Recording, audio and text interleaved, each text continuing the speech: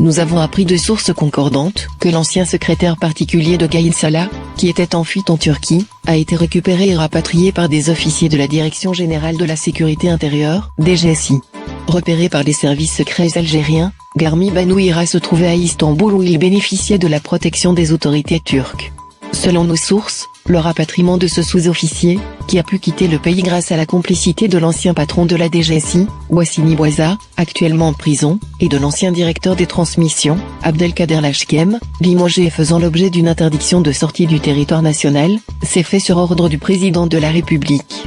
Garmi Benouira négociait sa naturalisation contre des documents qu'il aurait subtilisés du coffre-fort de l'ancien vice-ministre de la Défense nationale, mais le président turc semble avoir saisi le message d'Alger qui a considéré cette affaire comme un casus belli et un acte hostile contre les intérêts fondamentaux de l'Algérie. Ce sous-officier véreux, qui a fait fortune par le biais de sa proximité avec l'ancien homme fort de l'armée et des magouilles auxquels il s'adonnait impunément jusqu'à sa retraite anticipée, alimentait les réseaux de Rachad, notamment l'Arbizitou, en informations confidentielles, sans que ce dernier sache que derrière son informateur anonyme se cache le même Benouira.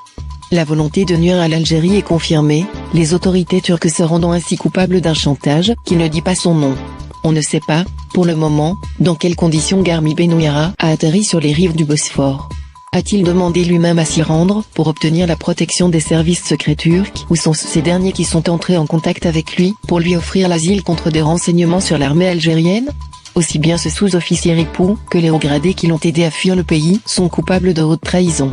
Cette affaire fait, d'ailleurs, partie de celles nombreuses pour lesquelles le général Wassini Bouaza sera jugé par le tribunal militaire de Blida, expurgé de ses magistrats taillables et corvéables à merci, remplacés par des officiers intègres, dans le cadre de la réhabilitation de la justice militaire, dont le premier prodrome fut le limogeage congru du général Amar Boussi, lui aussi dans le viseur de la Direction centrale de la sécurité de l'armée.